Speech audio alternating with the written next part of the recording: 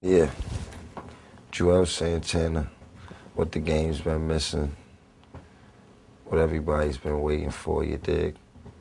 I mean, I don't know, this time around I really felt like I need to come in and really go hard and do it extra big this time around. So first and foremost, I had to structure a plan going into the studio.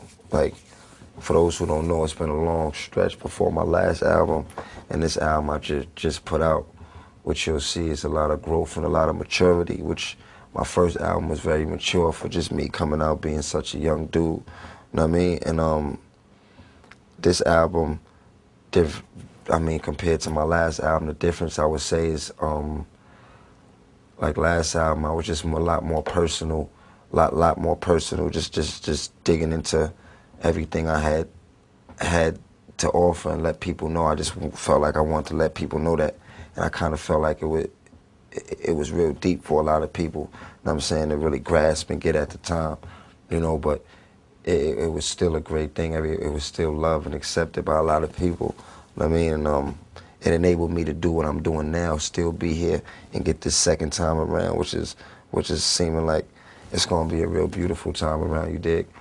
But like I said, I came in this time around with a plan. Like, I know what I want to do this time around. You know what I mean? I want to just have fun, just enjoy the music, you dig? And get it going. So once I formatted that, I said, what can I do different this time that I didn't do last time? I said, just be hands-on with everything. So first and foremost, I came out, I built my own studio, which is Santana's Town, a place you see me at right now, you dig? Once the studio was built, it was like, I just came in and went straight to work, boom. Like, I gotta get it. And I ain't go home, I ain't shave, I ain't take a bath. My shit was wolfing. I was just up in this motherfucker grinding 4 or 5 songs a day, whatever it took, you know what I mean?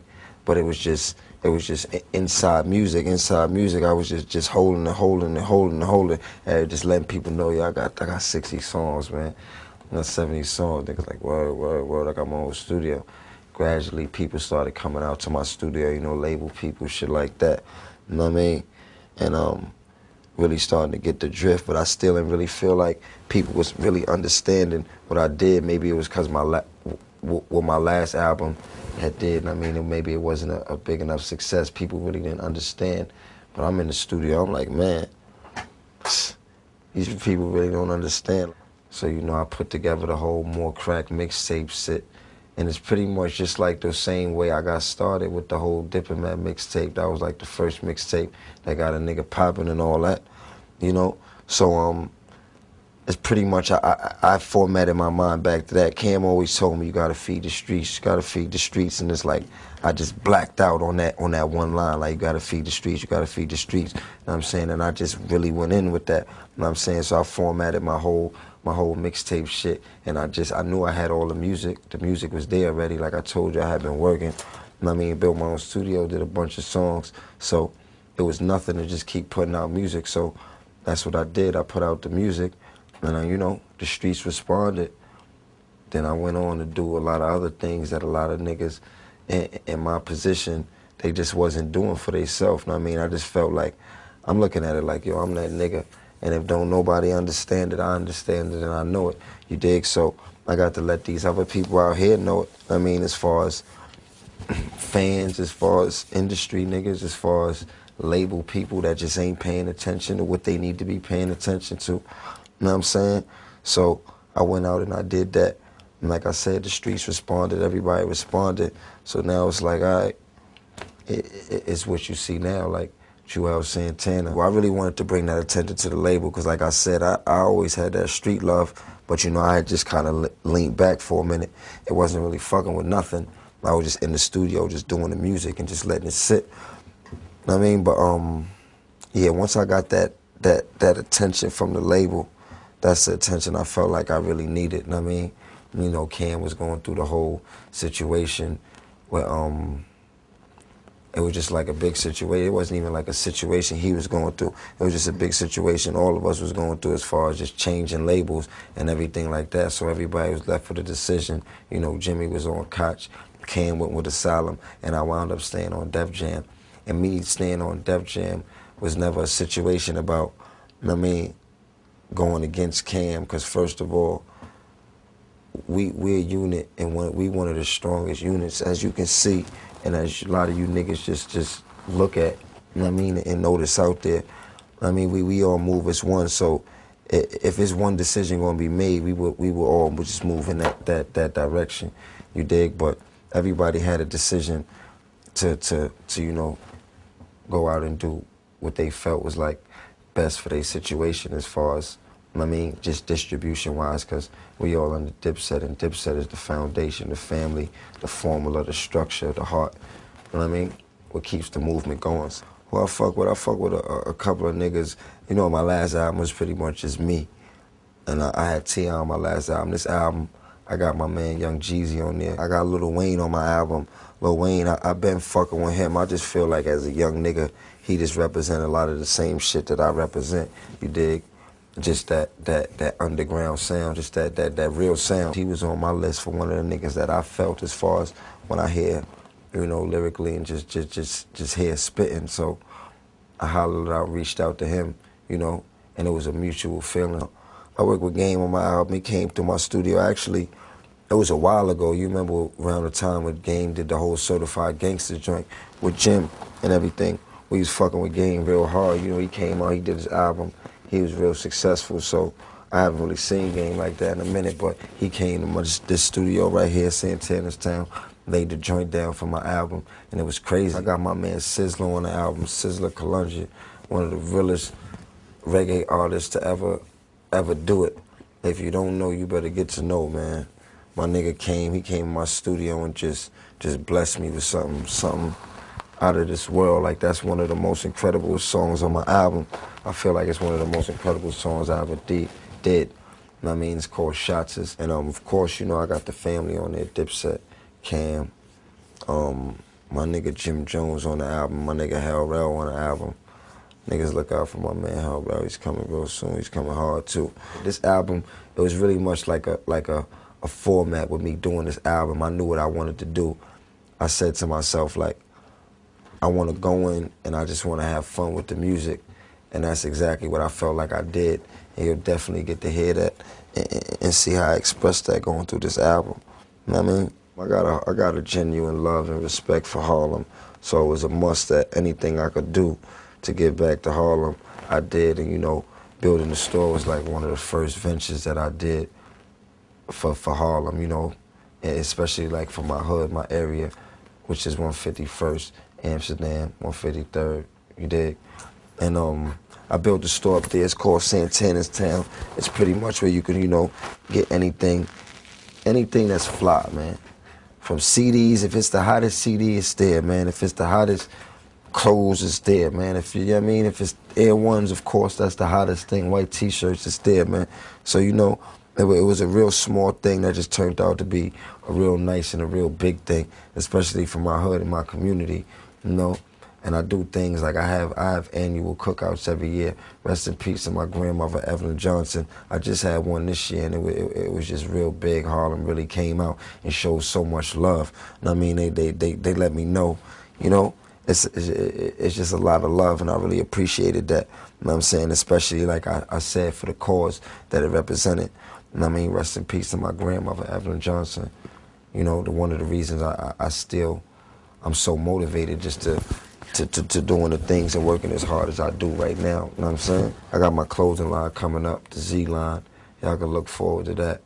If you know about me, you know I get fly, so man, look forward to that clothing line coming out. It's called the Z line, and it's gonna be backed by Johnny Hanson.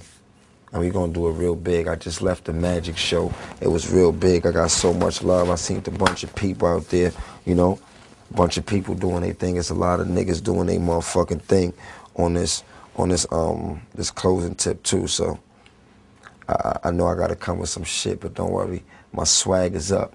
So for all you niggas who think about swagger jacking, stop it, please. I got something for that ass. And the thing about me that I feel like really makes me different from a lot of these niggas, and the reason my shit is just a lot more felt than a lot of these niggas out here is because, what a lot of these people don't realize, and one thing I know that I realize, is it's always going to be room for real shit and real music, you know what I mean? So as long as you come with some shit, you know what I mean, that comes from your heart, you dig, and that's real and genuine to you, niggas is gonna feel it. 'Cause you can rap about whatever you want to rap about and still be accepted, because it's a million people that live your life. If it's billions of people in the world, you know what I mean, and it's people that nobody is still even touched, because nobody is bothered to just be they self and just say, you know what, I'm a rap about this. So you got people out there that's still just waiting to be touched, you know what I mean? So you could do whatever the fuck you want to do, you know what I mean? Bottom line, man, people got to start being original and just coming up with their own shit. That's why I named my shit What the Game's Been Missing. But this is definitely some shit that nobody else is doing, and that was the whole format and formula of this album. Like, I had to look out there and say, what is everybody else not doing? You know what I mean? Like, still be real to myself, not make my shit so much different to the point where it's like, where the fuck is this nigga coming from? Because I'm still a real nigga, I'm still a street nigga, and I still gotta let niggas know, what I mean, where I come from and what I do, but it's just in my way, and making it different from what everybody else is doing.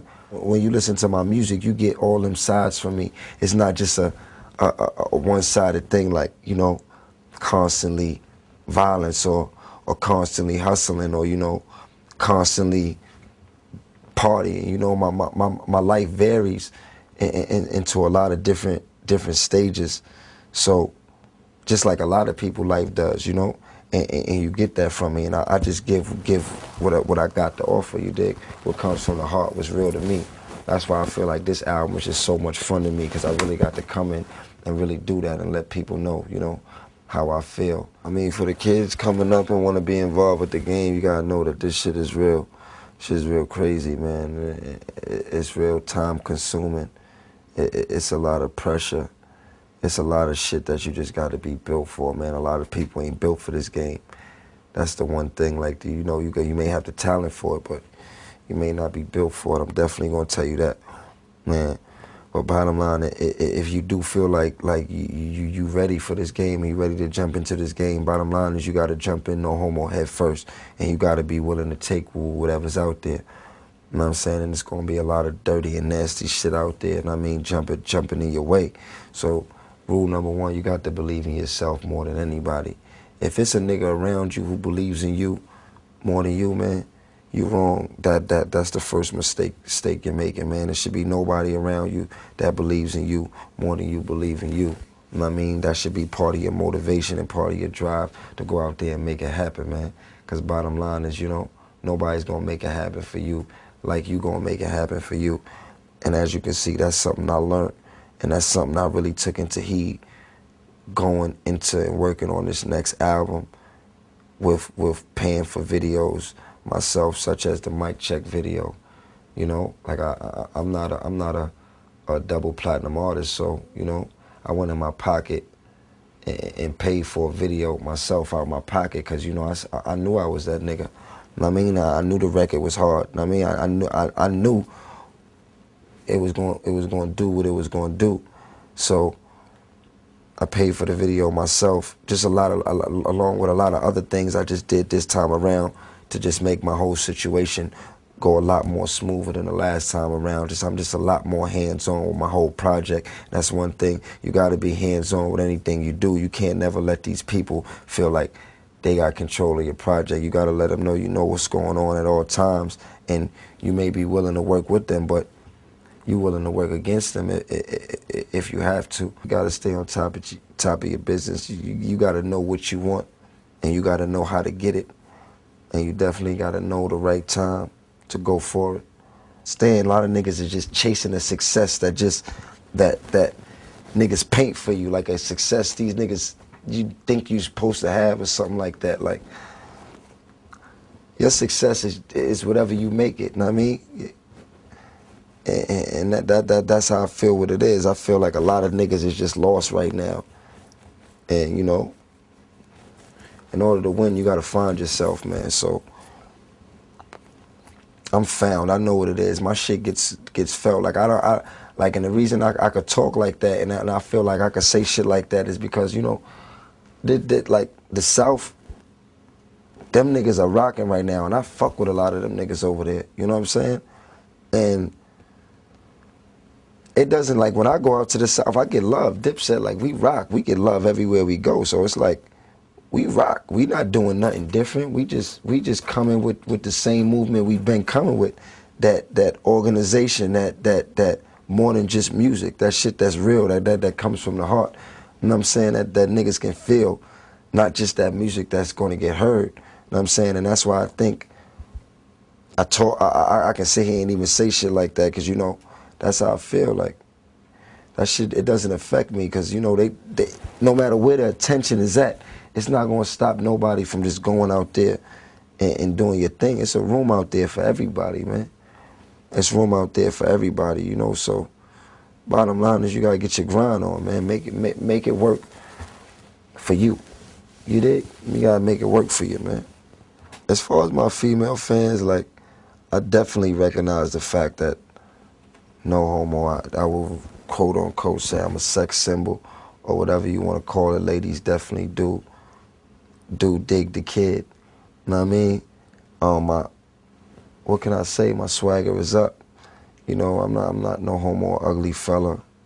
You know, and like I said, being from Harlem, I just got that natural sense of flyness and knowing what it takes to be impressive. You know what I mean? Like Harlem is all about being impressive, man, and just impressing, not just the bitches, not just the niggas, but everybody. You know what I mean? We want to feel like we doing it bigger than everybody. You know what I mean? Even if we just feel like that in our heart, but niggas from Harlem just want to feel like we doing it bigger than everybody, man. So, you know, and then, like I say, as far as the ladies, that all just goes into play. Like, when I come out, it's just all there. Ladies, the chicks go crazy. You know what I'm saying? And I definitely recognize that, but I still don't feel like that's a reason to, you know, base my career on just going towards the ladies route or being a smooth LL, even though, you know, LL is my dude coming up. It's like everything else you do. Ladies are real too. Chicks go through the same problems niggas go through, just in different ways, man. Like, so they can relate to the music just as much as they can relate to a nigga being cute. You know what it is. But for my ladies, man, I love you. If you want me, come get me. I ain't going nowhere. No matter how many records I ever sell or just come out, I'm always going to be that nigga that's just going to keep all you niggas on your toes, man. And I'm always going to have you niggas having to look out for me. Because like I said, no matter how many records I sell, I'm going to stay that hot nigga. And I'm going to stay up you know what I mean? Underneath your skin and what you doing. Like, you always going to know that this nigga Juelz Santana is a problem. Like, and at any moment he could just come out. And I definitely feel like I'm good for the game, and the shit I do is definitely accepted and appreciated, you know, not only by fans, but by you artists out there, you know. I understand y'all look up to me. I see the swagger jacking. But like I said, a nigga like me, I don't even really I don't really feed into it as far as like going as far as letting you niggas know. Like I said on the Mic Check record, I let you niggas know that I know this was going on, and that's as far as I'm gonna really go with it. Cause like I said, my whole style is based on change and being different from whatever else you niggas do. So if you niggas choose to copy me, then I'll just, you know what I mean, switch from that. It's nothing. You know what I mean? Then I'll look at you being me. How about that? I'll watch you being me. See how good of a job you niggas could do, man. So right now I'm giving a lot of F's out. Giving a lot of F's out, man.